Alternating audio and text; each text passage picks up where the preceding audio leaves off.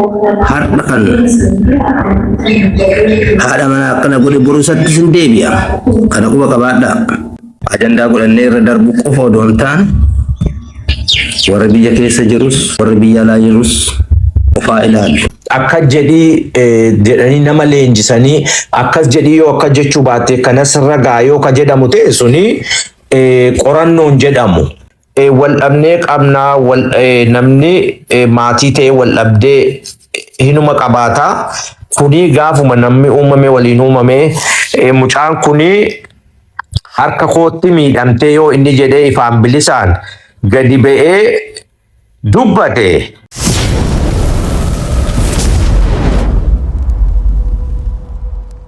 Yooyaa harka fuunee ashamaa hordoftootaa fi kabajamtoota maatii jiru miidiyaa nageenya keenya bakka jirtanitti isin dhaqqabu isiniin jenna. Du'a kaadhimaa isaatiin shakkamee guyyaa har'aa artist Andu'aalem Gosaa mana murtiitti dhiyaatee jira. Poolisiin magaalaa Finfinnee Andu'aalem Gosaa maaliin himate kan jedhu waan odeeffannee qabna. Akkasumas abbaan Qananii eenyuun shakke kan jedhu odeeffannoo keenya guyyaa har'aa keessa jira. Egaa hordoftootaa fi kabajamtoota maatii jiru miidiyaa gara odeeffannoo keenya bal'inaatti osoo isin hin dabarsin dura namoonni jiru miidiyaadhaaf haaraa taatan yookaan subscribe godhin subscribe gochuudhaan maatii jiru miidiyaa akka taatan isiniin jenna. Akkasuma like share gochuudhaan nu jajjabeessaan dhaamsa keenya yeroo hundumaatiin gara odeeffannoo keenya bal'inaatti isin dabarsina. Isinis hamma xumuraan waan turaan affeerraa keenya.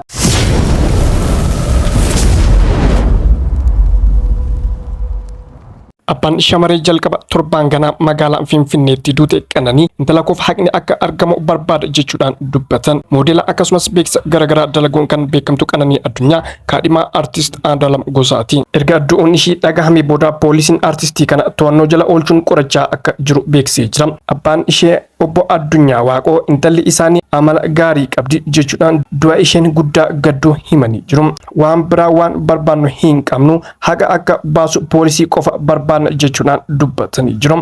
Poolisiin magaalaa Finfinnee Qananii mana jireenyaa ishee gamoo shanaffaa sababa ammaaf hin beekamneen kufuu dubbatee jira. Abbaan ishee obbo Addunyaan Harargee jiraatu akkaataa du'a intala isaanii itti dhagaan akkana dubbatu.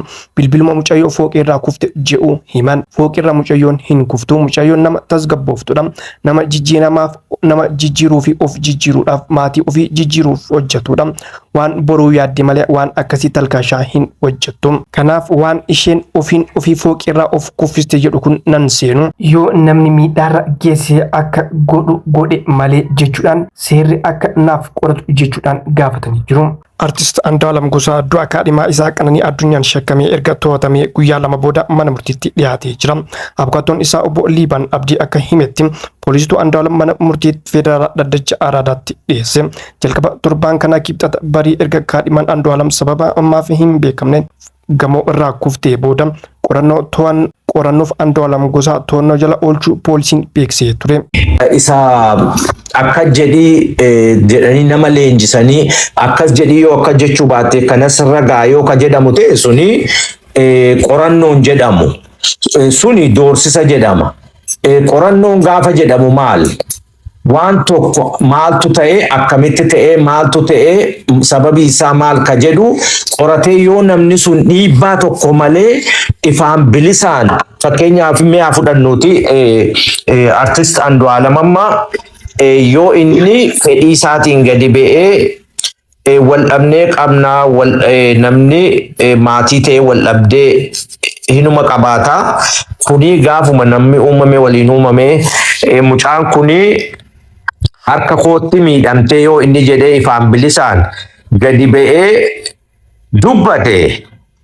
Dhiibbaa mootummaan alatti yookiin doorsisa poolisiitiin ala yoo inni gadi ba'ee dubbate wanti sun qorannoon sun bilisa jenna. Yoo garuu hunnumaan sodaachisaafaa wannoo ka godhan ta'e namni sodaatee waan hin hojjedheera hin jedhan yaadatta yoo ta'e ka gurbaa fakkeenyaaf amma waamii ka jedhan sana kan adda Adaanech yeroo darbe dubbataa turanii kan ajjeecha Acee keessatti Wallaggarraan dhufee akkasiin dhufee ka jedhu faabrikeetii godhanii mucaan sun booddee mana hidhaa Qaallittii ture. Mana hidhaa Qaallittiiti amma ajjeesanuu waan jedhu dhagaa ture. Andu'aalem yoo gadi ba'ee amma dhiibbaa mootummaatiin lakki anatu akka godhee yoo ka jedhu ta'e guutuun ta'uu jechuudha. Akkamitti adda baafatu isa jedhe irratti namni amma gaafatee addamitti akka baafatu isa jedhamu tokkoffaa qaama bilisa qaama walaba ta'ee tu waan sana qorannoo yoo geggeesse duwwaadha wanti suni ka adda baafamuu danda'u.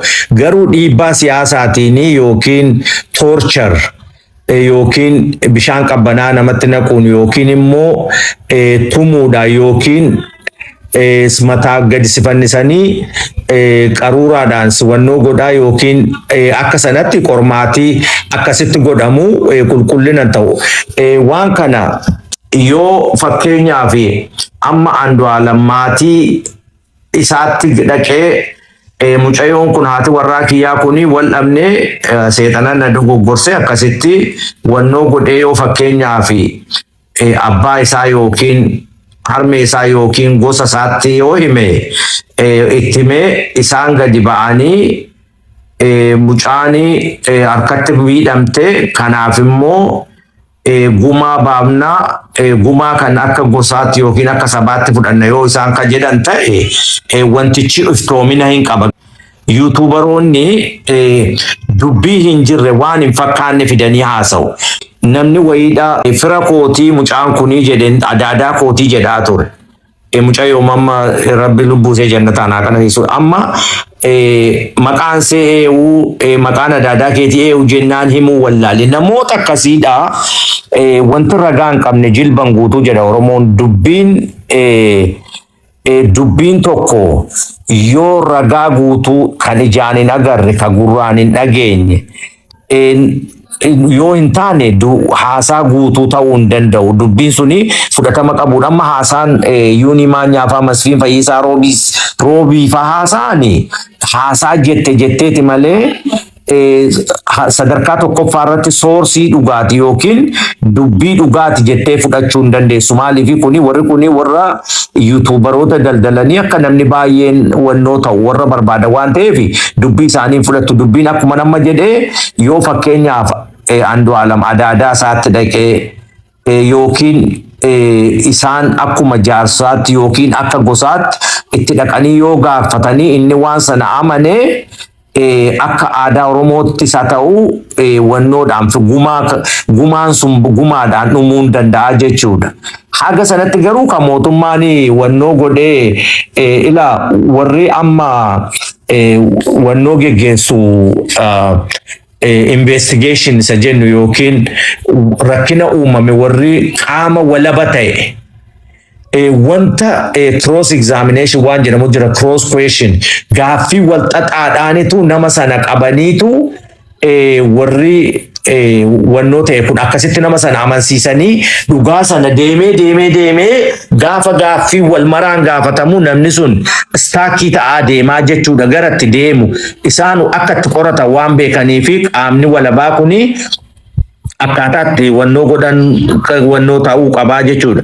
Tokko amma fakkeenyaaf yoo nama Andu'aalamiin jibbu ta'ee Andu'aalamiin sodaachisees kabalees dhiitee mana dukkanaafaa keessatti keessee fakkeenyaaf amma mana biyya keenya sana keessatti mana hidhaa lafa bineensa fa'aa wajjin si hidhantu jira achi keessatti si galchaniitu bineensa sirra deemsisanii suni qorannoo walabaa ta'uu hin danda'u. Maaliif nama tokko sodaachiftee wannoo goote waan ta'eef inni yoo sodaatee bineensa sana fakkeenyaaf bufa fa'aa wajjin wal biratti hiitee amma fakkeenyaaf Qaallitti Oromiyaa keessa bakka adda addaatti dur bineensa nama hidhu turan. Namni sodaa lubbuu jedheetu waan hin goone godheeraa jedha.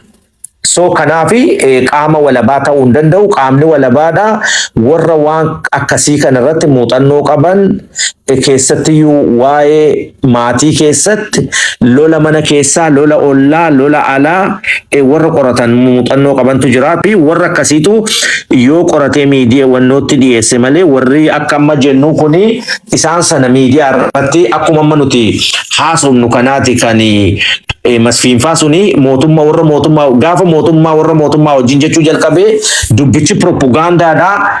Nama Andu'aalamiin yoo Andu'aalamiin karaa itti dhabamsiisan dhabanii karaa kanaa kunooti ragaa itti qabna ka jedhu miidiyaa irratti maqaa balleessuu erga balleessanii booddee immoo uummati hundinuu akkasa irratti duulu godhu ergasii booddee Andu'aalam yoon goonellee godheera jedhee uummata irratti murteessisuu jechuudha. Kan akkasitti nitu gabaabsa galatoomi.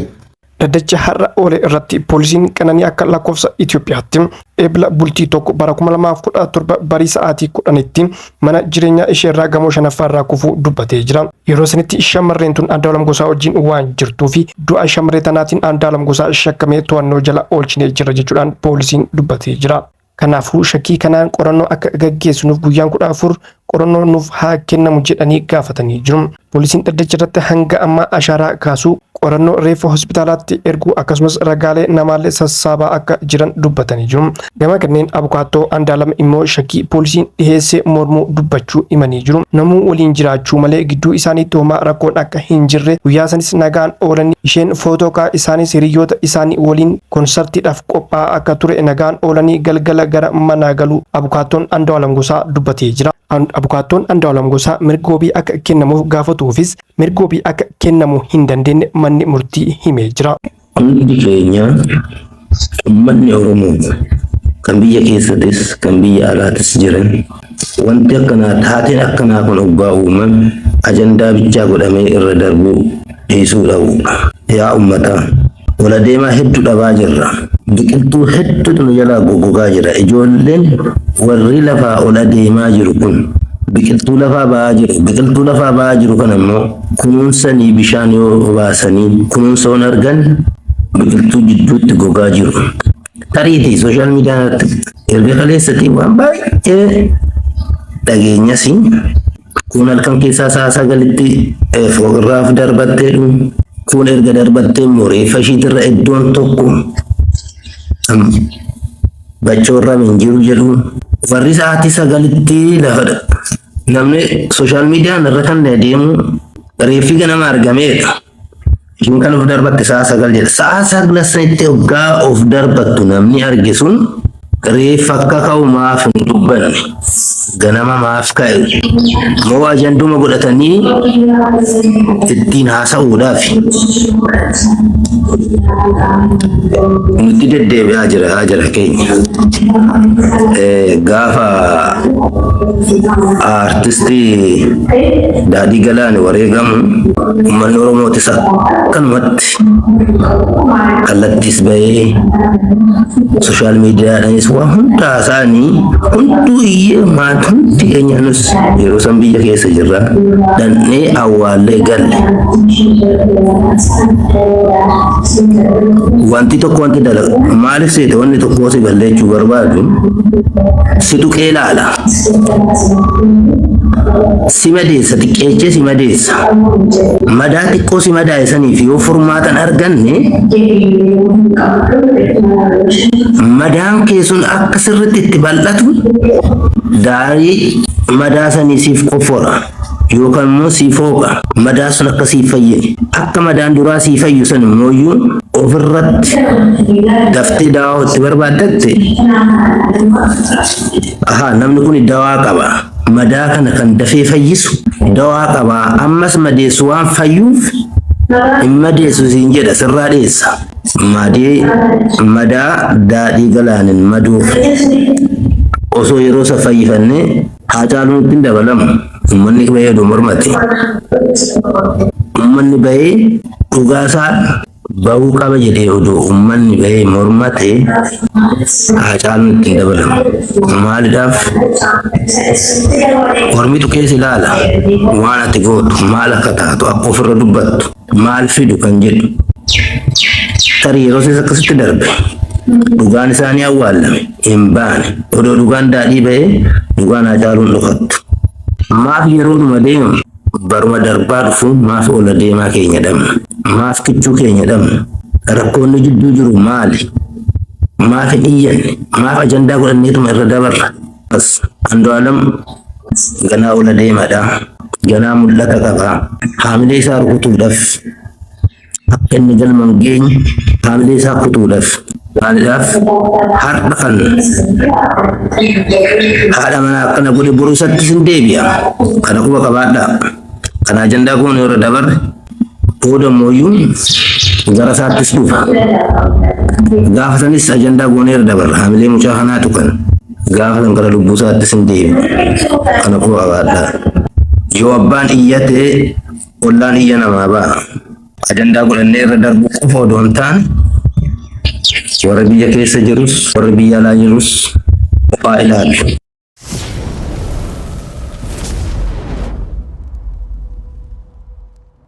Egaa hordoftootaa fi kabajamtoota maatii Jiruu Miidiyaa waa'ee du'a Qananii Addunyaatiin wal qabatee odeeffannoon ammaaf nu bira gahe hanganuma. Odeeffannoo keenya biraatiin hamma walitti deebinutti nagaan tura isiniin jenna. Namoonni Jiruu Miidiyaadhaaf haaraa taatan yookaan subscribe godhin subscribe gochuudhaan maatii Jiruu Miidiyaa akka taatan isiniin jenna. Akkasuma like share gochuudhaan nu jajjabeessaan dhaamsa keenya waan wajjin turtaniif galatoomaa ulfaadhaa.